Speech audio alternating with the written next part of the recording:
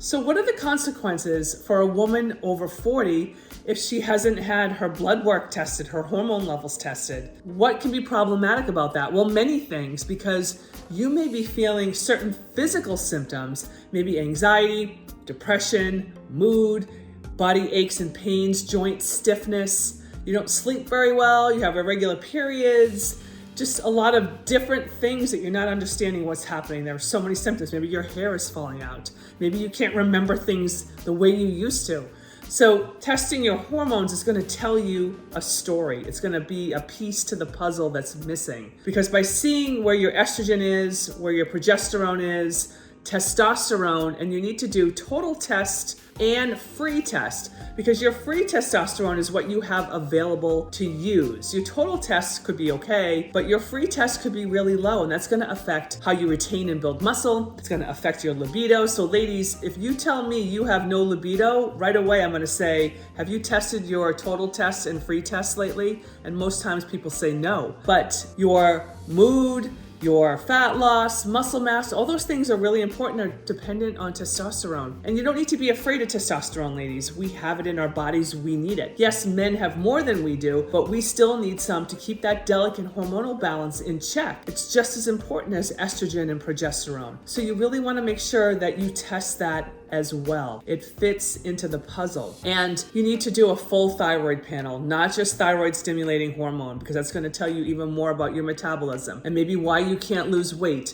or why you're losing hair, or why your eyebrows are thinning. There are so many little nuances of perimenopause that people don't think about, and that doctors don't open the conversation with their female patients over 40, over 50, and even later on. So you have to open the dialogue with your doctor, because the consequences are real. Your bone density, we're only losing it. Muscle mass, we're only losing it. Cognitive health, cardiovascular health can all be affected. Post-menopausal, it's not like, oh, we get through menopause and now we're good, we're okay. No, the symptoms can keep happening even after you're post-menopausal. And even if you don't have any symptoms, your bones are still getting less dense, your muscle mass, you're losing it, and your heart and your brain health are definitely affected. So you need to live a good lifestyle by what you're eating, how you're moving, how you're sleeping, but you really have to test the hormone levels throughout your life so that you can see where you're at. And then if you decide you want to do hormone replacement therapy, you can bring your levels back up to where, I don't know, maybe in your 30s, 40s, when you felt really good. And that's why if you can test your hormones even younger than 40, I say do it. And if your doctor won't do it, just push back and say you want to know. And if you're in your early 40s, you have to do it, because then you can repeat it every few years to just make sure and see where your levels are. Are you still here, or are you starting to drop? It's really important.